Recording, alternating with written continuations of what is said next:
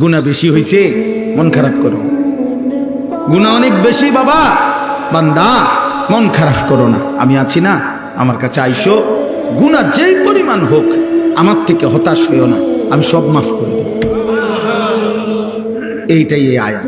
কুল, হে নবী আপনি বলেন, ইয়া ইবাদিয়াল্লাযীনা আসরাফু আলা আনফুসিহিম, হে আমার বান্দারা, তোমাদের যাদের জীবন গুনায় গুনায় পূর্ণ হয়ে গেছে, জীবনের উপরে জুলুম করে ফেলেছ, গুনার সীমা অতিক্রম করে ফেলেছ, সাগরের ঢেউর চাইতে গুনাহ বেশি, পাহাড়ের উচ্চতার চাইতে গুনাহ বেশি, আসমানের কাছে গুনাহ পৌঁছে গেছে। আল্লাহ বলেন, লা তাকনাতু মির রাহমাতিল্লাহ, আমি আল্লাহর রহমত থেকে নিরাশ হইও না। ইন্নাল্লাহা ইয়াগফিরুয যুনুবা জামিআ, নিশ্চয়ই তোমার আল্লাহ সব গুনাহ মাফ করে দিবে। ইন্নাহু হুয়াল গফুরুর রহিম, নিশ্চয়ই আল্লাহ ক্ষমাশীল দয়াবান। তাহলে কে মাফ করবে? কি পরিমাণ মাফ করবে? অর্ধেক, 80 ভাগ, কত ভাগ? 100 ভাগ, সব মাফ। আল্লাহ বলছে বান্দা সব মাফ করে দেব, সব। কারো কাছে যাইও না, আমার কাছে আসো। এখন শর্ত হইল, প্রশ্ন হইল, মালিক কি করতে হবে আমাকে? যদি মাফ নিতে হয় আমার করণীয় কি? তো আল্লাহ বলেন 3টা কাজ। কয়টা? 1, ওয়া আনিবু ইলা রাব্বিকুম, তোমরা তোমাদের রব আল্লাহর নিকটে তওবা করো। কি করো? এই আনিবু মানে ইনাবাত, মানে তওবা, রুজু, তোমাদের রবের কাছে ফিরো, তওবা করো। তওবা কিভাবে করে? 3 ভাবে। কয় ভাবে?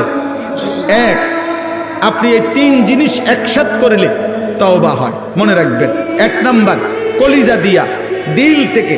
মনে রাখবেন আপনার কলিজার শেষ অংশটাও, দিলের শেষ শব্দ আল্লাহ শুনে, তাহলে অন্তর দিয়ে আপনাকে প্রথম বলতে হবে, আল্লাহ আমি সমস্ত গুনাহ ছেড়ে দিলাম। 2, আর করব না, ওয়াদা দিলাম। 3, আমি লজ্জিত মাওলা, আমি মাফ চাইলাম। আল্লাহ বলে, যদি 100 দিল থেকে বাস্তবিক অর্থে গুনাহ ছেড়ে দিয়ে আর করবা না, ওয়াদা দিয়ে মাফ চাইতে পারো, আমি আল্লাহ ওয়াদা দিলাম সব মাফ করে দিলাম।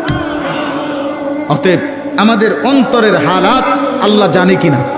বলেন না, জানে কিনা? তিনি সব বুঝে কিনা? এই জন্য খামখেয়ালি করলে তো আমরা বিড়ি খাইতে খাইতে আস্তাগফিরুল্লাহ আস্তাগফিরুল্লাহ, কি শুরু হইলো দেশটার মধ্যে? না, কিতা শুরু হয়েছে? বিড়ি খানা শুরু হয়েছে। বুঝছেন না কি শুরু হয়েছে? চা দোকানের টেলিভিশনের দিকে তাকায় তাকায় কয় আস্তাগফিরুল্লাহ। দেশটার মধ্যে কি ফিডাফিডি চলছে, এটা নিয়ে আস্তাগফিরুল্লাহ। এই বেড়ি দেখে দেখে নিয়ে আস্তাগফিরুল্লাহ।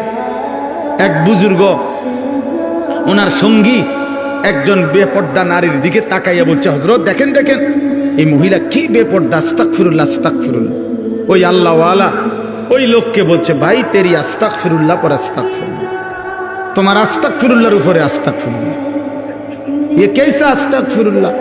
এটা কি ধরনের আস্তাগফিরুল্লাহ? বেডির দিকে ছাইয়া রইছো, আবার কও আস্তাগফিরুল্লাহ। আরে ভাই, পেলে তো নজর হটাও, ফের আস্তাগফিরুল্লাহ পড়ো। আগে তো চোখ সরাও, আগে তো মহিলার থেকে নজর সরাও, এরপরে না কইবা আস্তাগফিরুল্লাহ। ছাইয়া ছাইয়া আগ করে রইছো, কয় আস্তাগফিরুল্লাহ। এই জন্য আপনার পকেটে সুদের টাকা, আপনার দোকানে মাত্র তুইয়া আইছেন সুদের টাকা, এবার ইমাম সাহেবের লগে ডোলে আস্তাগফিরুল্লাহ রাব্বি, ডোলেন কিতেন, কার লগে মস্কারি করেন? হ্যাঁ, কার লগে কনিডি? ইমাম সাহেবের। হ্যাঁ, ইমাম সাহেব মাফ করে নাকি? গুনাহ মাফ করে ইমাম সাহেব? তো যিনি মাফ করে উনিয়া দোহানে টেহারি দেখছে না, কথা বুঝেন না? যার কাছে মাপ চাইতেছেন উনি কইতারে না যে পকেটে যে টাকা। এই মাত্র যে আপনি সুদের লেনদেন করে আসছেন, হ্যাঁ, আপনার মুখের অন বিড়ির দুর্গন্ধ গেছে না, আপনি কি আস্তাগফিরুল্লাহ করেন? আস্তাগফিরুল্লাহ থেকে তো গন্ধ বাইর হয়। এই জন্য খামখেয়ালি করলে হবে না, খালেস কি করতে হবে? তাওবা করতে হবে, খালেস তাওবা। গুনাহ ছেড়ে দিলাম আর করব না, ওয়াদা দিলাম, আমি মাওলা লজ্জিত, মাফ চাইলাম, খোদার কসম। আল্লাহ বলবে, বান্দা আমি মাফ করে দিলাম।